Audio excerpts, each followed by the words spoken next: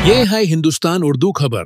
आप देख रहे हैं हिंदुस्तान उर्दू खबर टीवी। अस्सलामु अलैकुम वरहमतुल्लाहि वबरकातुहू। मोहतरम नाजरीन, आज आप हजरात की खिदमत में एक ऐसी खबर लेकर हाजिर हुआ हूँ जिसे सुनकर आप हजरात हैरान रह जाएंगे। नाजरीन, आज की खबर का ताल्लुक सरजमीन संभल से है।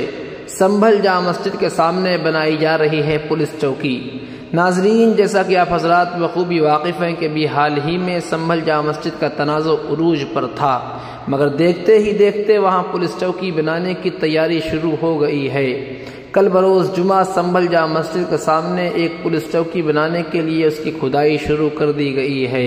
क्या होगा पुलिस चौकी का नाम, अभी इस सिलसिले में कोई खबर मौसूल नहीं हुई है।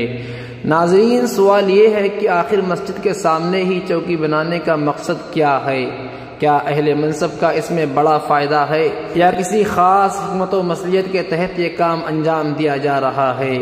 क्या है प्रोपेगेंडा? अल्लाह बेहतर जाने।